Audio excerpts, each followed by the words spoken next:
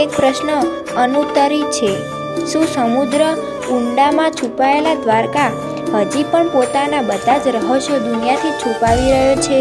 શું ભવિષ્યમાં થનાર નવા સંશોધનો ભગવાન શ્રી કૃષ્ણ નગરી વિશે વધુ સત્ય બહાર લાવી શકશે, કે પછી આ રહસ્ય હંમેશા માટે રહસ્ય બનીને રહી જશે? મિત્રો, દ્વારકાધીશ મંદિર માત્ર એક મંદિર નથી, પરંતુ તેને ભારતની સંસ્કૃતિનું આસ્થા છે અને હજારો વર્ષ જૂના ઇતિહાસનું જીવંત પ્રતીક છે. અને કદાચ સમુદ્ર ઊંડાઈમાં આજે પણ ભગવાન શ્રી કૃષ્ણની પ્રાચીન નગરી શાંત રહી છે, પોતાની કહાની કહેવા રાહ જોઈ રહી છે. નમસ્કાર મિત્રો, આપ સૌનું હિસ્ટ્રી વિથ પ્રીતિમાં આપ સૌનું હાર્દિક સ્વાગત છે. આ શોર્ટ વિડીયો જોયા બાદ તમે મારી ચેનલ પર જઈને આખો લોંગ વિડીયો જોઈ શકો છો. धर्म की छावना ज्ञान